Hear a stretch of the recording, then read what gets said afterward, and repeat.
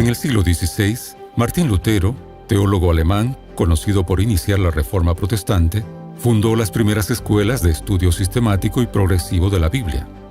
Una vez por semana, el pueblo podía escudriñar las verdades bíblicas en su propio idioma. Como era de esperarse, la Iglesia Católica Romana lanzó su Contrarreforma, una manera de reacción a la Reforma Protestante. Entre los años 1560 a 1584, Carlos Borromeo, cardenal italiano, fundó escuelas de estudios similares a las que había desarrollado Martín Lutero, pero con énfasis en el estudio del catecismo. Otro reformador, de nombre John Knox, en el año 1560 estableció el estudio sistemático de la Biblia en Escocia, con la particularidad de que estos estudios se realizaban en día sábado.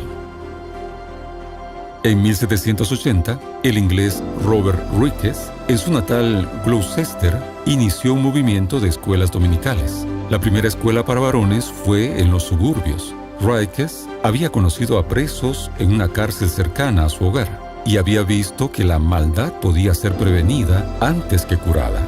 Vio que la educación sería el mejor camino para su propósito. El día más propicio era el domingo, puesto que los jóvenes trabajaban en las fábricas el resto de la semana. Las mejores maestras disponibles eran laicas, pero el libro de texto era la Biblia. Llegamos al siglo XIX. En la década de los 40 surge en el protestantismo un movimiento profético, cuyo único propósito se centraba en el estudio de la Biblia, lo que deriva en un gran chasco.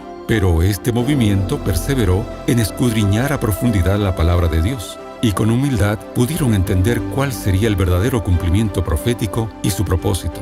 Nace entonces la Iglesia Adventista del Séptimo Día. Guillermo Miller comienza el movimiento. Un interés sobre detalles proféticos reúne a varias personas en el mismo afán. Entre ellos, Joseph Bates, Jaime White y Ellen Harmon. Después de atravesar el denominado Gran Chasco, muchos se apartan de este movimiento, pero queda un grupo que confirma que los cálculos del 22 de octubre eran correctos, solo que la interpretación acerca de la purificación del santuario no era acertada. En 1845, Ellen Harmon conoce a Jaime White, quien durante algún tiempo la acompañaba a las reuniones donde compartía sus visiones. En agosto de 1846, Ellen Harmon y Jaime White contraen matrimonio. Ya siendo esposos, los White, junto a Joseph Bates, entre viajes y conferencias hasta fines de la década de 1840, forjaron las creencias centrales del movimiento adventista. En 1852, los White emprenden un viaje de Rochester, Nueva York, hacia Bangor, Maine.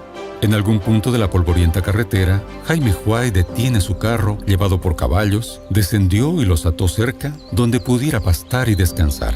Él, junto a su esposa, bajo la sombra de un árbol, se disponen a almorzar. De esta manera se propiciaría el momento y lugar perfectos para el inicio de un acontecimiento trascendental.